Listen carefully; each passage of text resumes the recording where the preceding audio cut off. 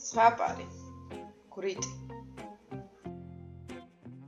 ერთ გვრიტს ბარტყები ჰყავდა და დილიდან მზის ჩასვლამდე საზრდოს უზითავდა.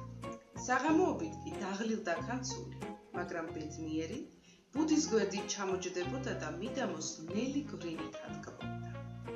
ერთხელაც, როცა გვრიტი საჭმის საშოვნელად იყო, ერთმა გლეხმა პაწაწინა ბარტყები ბუდიდან ამოსხა და შინ წაიყარა.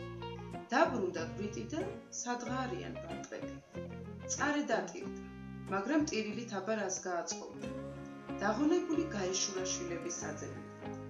გზად მამალი შემოვიდა. სად მიდიხარ? კითხა მამა. შვილების საძებნელად, უპასუხა გვრიტი. მოდი მეც შენი მშველელი ვიქნე. უთხრა მამალმა და გაჰყვა. იარეს და წინ ჯერ მახათი შემოეყარეთ. მერე ფილთაკვა, ბოლოს კი ვირი. ჩვენც დაგეხმარებით, უთხრეს გვრიტს და ერთად გაუდგნენ გზას. წინ გვრიტი მიდის, უკან მამალი, მახათი, ფილთაკვა და მირი მისდები. შუაღამისას ერთ სოფელში შევიდნენ.